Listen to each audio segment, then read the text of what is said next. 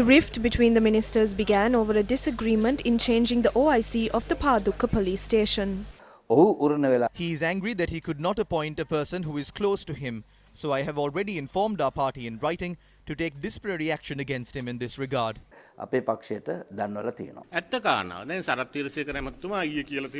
Minister Sarath Weerasekara had said yesterday that I am making these allegations as a person nominated by us was not appointed.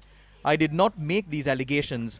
Minister Sarath Weerasekara told me in Parliament and at the party leaders meeting that he was instructed to appoint a person close to Gamini Lokuge, an ally of the electoral organizer Ravindra, and that he will have to do that.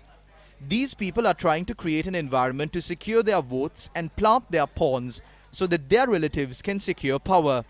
Using an independent police department to do this is wrong. If we were scared of disciplinary inquiries, we wouldn't have formed this government.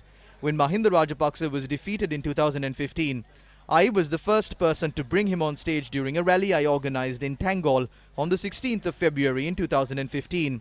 None of those ministers were with him at that time. If Sarath Weerasekara did not have the ministerial portfolio he is holding now, the teachers and principals' protests would not have gone so far. The teachers' protests aggravated to this level since teachers and members of the Mahasangha were dragged away to quarantine centers when they staged a protest. That is when the people became sympathetic to their plight. I feel like he is trying to become Hitler. He is saying that people who protest are terrorists. On the other hand, he is threatening people who speak the truth with disciplinary inquiries. If they hold a media briefing together, I am ready to respond to them. I would like to remind them that some details of ministers that were hidden will also have to be revealed.